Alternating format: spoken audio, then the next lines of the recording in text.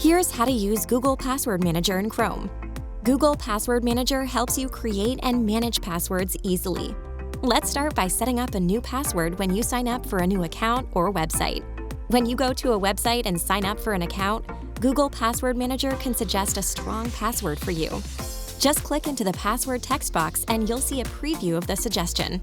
Once you finish signing up for your account, your new password will be automatically saved to Google Password Manager, so it's easy for you to log in next time. Now, let's look at how to save a password in Google Password Manager through Chrome. First, you'll want to open the login page for a website you have an account with. Enter your username and password to log in. You'll see an automatic prompt from Chrome asking if you want to save the password in Google Password Manager. Click Save, and you're done.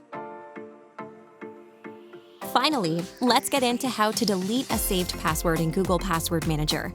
First, click on the three-dot icon in the upper right corner of Chrome. Then, select Passwords and Autofill and click into Google Password Manager. Under Passwords, click on the password you want to remove.